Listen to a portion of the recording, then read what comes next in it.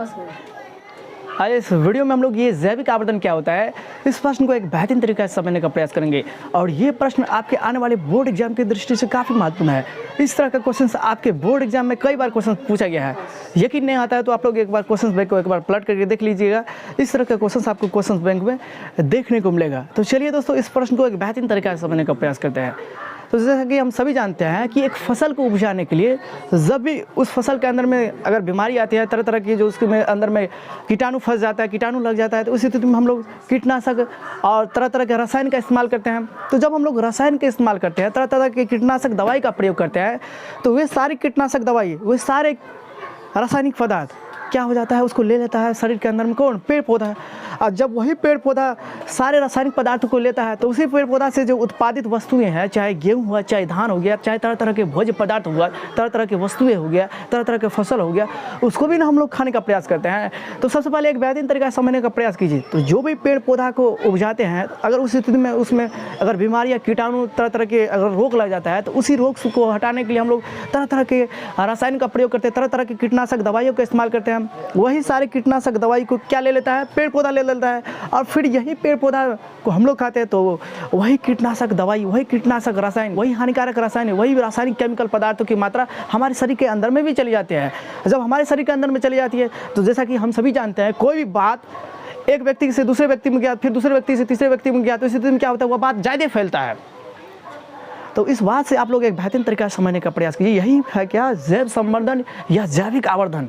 एक बेहतरीन तरीका से समझने का प्रयास कीजिए। अब आइए यहाँ पे बोर्ड पे हम किस तरह से लिखे हैं, जो बात अभी हम आपको समझाने का प्रयास किए हैं उसी बात को देखिए यहाँ पे हम बोर्ड पर किस तरह से लिखे हैं। तो यहाँ देखिए लिखे हैं, जब आहार श्रृंखला में हानिकारक रासायनिक की मात्रा एक पोषी स्तर से यहाँ देखिए एक पोषी स्तर से दूसरे पोषी स्तर में जाने पर वृद्धि होती है, तो उसे ही हम लोग कहते हैं जैव आवर्धन। इसी जैव आवर्धन को हम लोग कहते हैं जैव संवर्धन, और इसे ही हम लोग कहते हैं जैविक आवर्धन। इस तरह से क्वेश्चन आपके बोर्ड एग्जाम में कई बार क्वेश्चन पूछा गया है। चाहे जैव आवर्धन बोलिए, चाहे जैव संवर्धन बोलिए, चाहे जैविक आवर्धन बोलिए, इन तीनों का मतलब ये तीनों क्या है, एक ही बात है। एक बेहतरीन तरीका से समझ गए होंगे कि जब भी हम लोग एक फसल को उपजाते हैं, तो अगर उस स्थिति में मतलब क्या, हमेशा लगता ही है उसमें तरह तरह के कीटाणु, तरह तरह के रोग लग ही जाता है।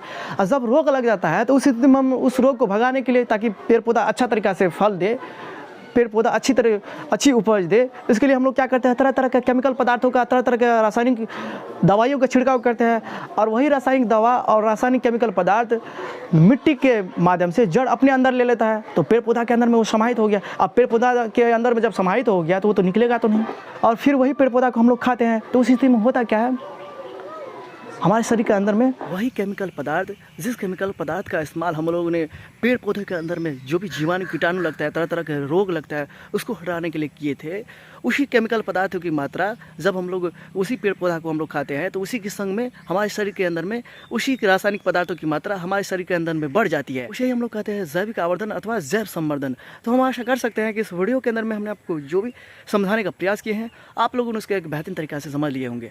तो चलिए दोस्तों, फिर मिलेंगे नए वीडियो में नए कंसेप्ट के साथ। और किसी भी बात को जो भी हम आपको समझाने की कोशिश करते रहते हैं, उसको एक बेहतरीन तरीका से समझने का प्रयास कीजिए।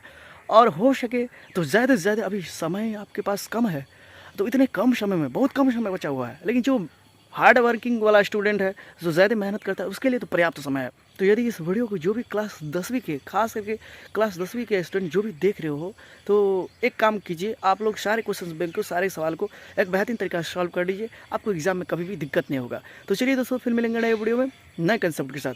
तो हम आशा कर सकते हैं, आशा नहीं विश्वास कर सकते हैं कि आप लोगों ने जैव संवर्धन किसे कहते हैं, यानी कि जैविक आवर्धन क्या होता है, इसको आप लोगों ने एक बेहतरीन तरीका से समझ लिए होंगे। तो बोलिएगा सर जी, आपको तो बोर्ड पे पढ़ाना चाहिए, तो फिर आप यहाँ पर क्यों आए? इसलिए आए, ये वीडियो जो है जैव संवर्धन जैविक आवर्धन, ये वीडियो शूटिंग हुआ था किस दिन? तो ये शूटिंग हुआ था, ये विश्वकर्मा पूजा हुआ था ना, तो उसी दिन शूटिंग हुआ था। तो जब हम लोग शूटिंग कर रहे थे तो वीडियो बन गया था। उसी समय में हम सभी जानते हैं त्यौहार होता है, तो उसी दिन में रेडियो गाना वाना तो बजते रहता है। तो जब हमने वीडियो आधा शूटिंग कर लिए थे, लेकिन उसी समय में क्या हुआ, रेडी बजने लगा। तो रेडी जब बजने लगा तो उसी दिन में हम लोग तो वीडियो तो बना नहीं सकते, क्योंकि आपको तो आवाज़ आ जाएगा। तो आवाज़ें आएगी तो उसी दिन में आप लोग तो पढ़िएगा नहीं। आप लोग को तो चाहिए पूरा साफ़ सुथरा, और होना भी चाहिए साफ़ सुथरा, क्वालिटी होना चाहिए ना।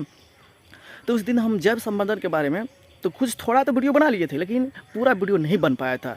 तो जिसके वजह से जो भी त्रुटियाँ थी उस त्रुटि को इस वीडियो के माध्यम से हमने सुधारने का प्रयास किए हैं, इसलिए ये वीडियो आज के दिन डाल रहे हैं। ये हालांकि ये जैव संवर्धन क्या है, जैविक आवर्धन क्या है, ये वीडियो शूटिंग हो गया था विश्वकर्मा पूजा के दिन ही, समझ गए ना। तो रेडी बजने के कारण से हम लोगों ने उस दिन वीडियो रिकॉर्ड करना छोड़ दिए थे, तो जिसके वजह से आज हम लोग वीडियो थोड़ा शूट कर लिए और आपको समझाने का प्रयास कर रहे हैं। यदि आप लोग एग्जाम में बेहतर करना चाहते हो तो हमारे चैनल के माध्यम से जितने भी वीडियो डाला गया है उन सारे वीडियो को आप लोग जरूर देखिएगा, आपको बहुत ही बेनिफिट्स मिलेगा। वैसे आपको ये प्रकृति का नज़ारा भी आपको अनोखा लगता होगा, बेहतरीन लगता होगा ना, वैसे आपको ये प्रकृति का नज़रिया भी काफ़ी अच्छा लगता होगा। देखिए तो कितना अच्छा लग रहा है चारों ओर। हमारे घर के बगल में देखिए यहाँ पे घना बाँस है, देख रहे हो ना, बहुत बड़ा एरिया के अंदर में जो है बाँस ही बाँस दिखाई पड़ेगा। इधर देखिए, इधर क्या है, इधर देखिए धान मिलेगा, धान की खेती देखिए विशाल मात्रा में किया हुआ है। इसके बाद तरह तरह के लोग घर भी बनाए हुए हैं। तो चलिए फिर मिलेंगे नेक्स्ट वीडियो के अंदर।